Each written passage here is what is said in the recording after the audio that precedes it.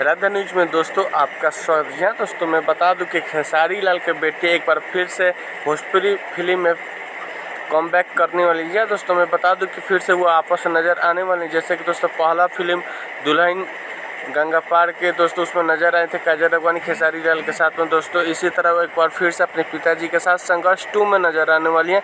कृति यादव जो कि खेसारी लाल की बेटी है, बहुत ही एक बेहतरीन कलाकार के नज़र में दोस्तों नजर आने वाली है। दोस्तों आप क्या कहना चाहते हैं इस फिल्म के बारे में, हमारे कमेंट में कमेंट करें और अपना सलाह दें कि खेसारी लाल की बेटी का दूसरा फिल्म आने वाला है। दोस्तों इसके विषय में आप क्या कहेंगे और क्या आपका विचार है इसके बारे में भी हमारे कमेंट में कमेंट करें और चैनल को ढेर सारा प्यार दें, आशीर्वाद दें। मिलते हैं दोस्तों नेक्स्ट वीडियो के साथ में, तब तक के लिए जय हिंद, जय भोजपुरी, जय बिहार।